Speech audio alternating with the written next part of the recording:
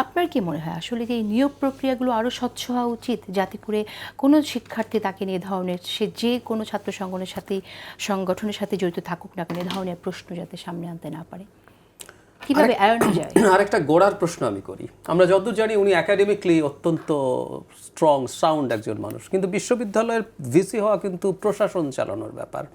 একটা মানুষের বিরাট academic achievement থাকা ডাজন্ট নেসেসারিলি মিন যে উনি ভালো ম্যানেজার হবেন। আমি ওই যে মারের কথা যখন বলছেন, আগের বাক্যটাও আমি শুনেছি, উনি বলতে চাইছেন আমি কি তোমাদের দিকের না, আমি কি উল্টো দিকের মানুষ, তাহলে আমাকে মার। এখন ধরলাম একটা কথা বুঝতে হবে, আপনার সহপাঠী হত্যাকাণ্ডের শিকার হয়েছে, আপনি কতটা এজিটেটেড থাকেন এবং আপনার বয়স কম, ওনারা তো ভিসির বয়সে ম্যাচিওর্ড মানুষ না।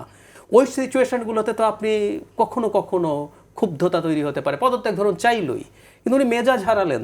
তো সুতরাং আমি আসলে ভিসির ক্ষেত্রে এই নতুন আলাপটাও আনতে চাই, একটা ম্যানেজমেন্টের পজিশন মূলত ওটা, ওখানে বিরাট একাডেমিক ব্যাকগ্রাউন্ড আছে, অ্যাচিভমেন্টস আছে, তিনিও যে খুব ভালো কিছু হবেন এটা তো আমরা বলতে পারি না। তো এই ব্যাপারগুলো আসলে দেখা দরকার আছে আমি মনে করি।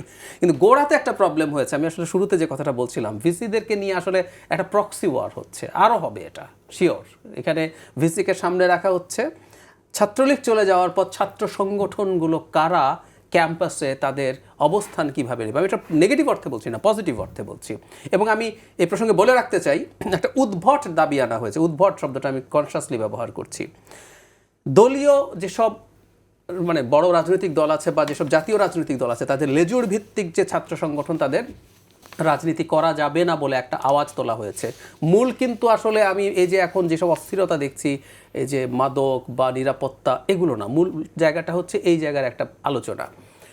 খেয়াল করবেন, এই আলাপটা যখন তোলা হয়, এটা নিয়ে আমি একাধিকবার কথা বলেছি, আমি এটার ঘোর বিরোধী কারণ হচ্ছে রাজনীতি বন্ধ করে কোনোদিন লাভ হয়নি। ধরুন ছাত্রলীগ খারাপ করেছে, তাই ছাত্র রাজনীতি বাদ।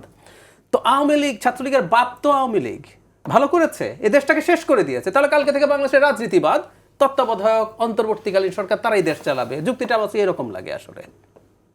ছাত্রলীগের শক্তি কি? আমি তো এভাবে একটা লেখা লিখেছিলাম, ছাত্রলীগ তো চাঁদের মতো, ওর তো নিজের আলো নয়, আলো পেয়েছে কোত্থেকে? আওয়ামী লীগ থেকে। তো তাহলে দেশেও রাজনীতি আমরা বন্ধ করে দেই।